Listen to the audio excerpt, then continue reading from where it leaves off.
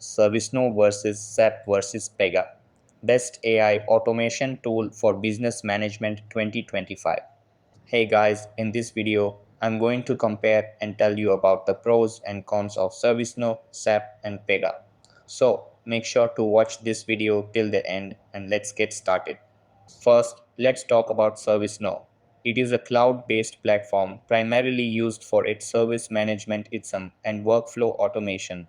One of its biggest strengths is its AI-driven automation, which helps businesses streamline operations efficiently. ServiceNow also integrates well with other enterprise tools, making it a scalable solution for large organizations. However, its complex setup requires technical expertise, and the pricing may not be suitable for small businesses. Now, moving on to SAP.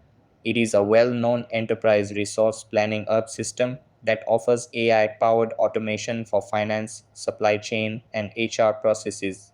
SAP provides deep data analytics and strong integration capabilities across business functions. However, it has a steep learning curve, and implementation can be time consuming and costly for organizations without dedicated its support. Finally, let's talk about Pega. It is a low code platform focused on AI powered decision making and business process automation.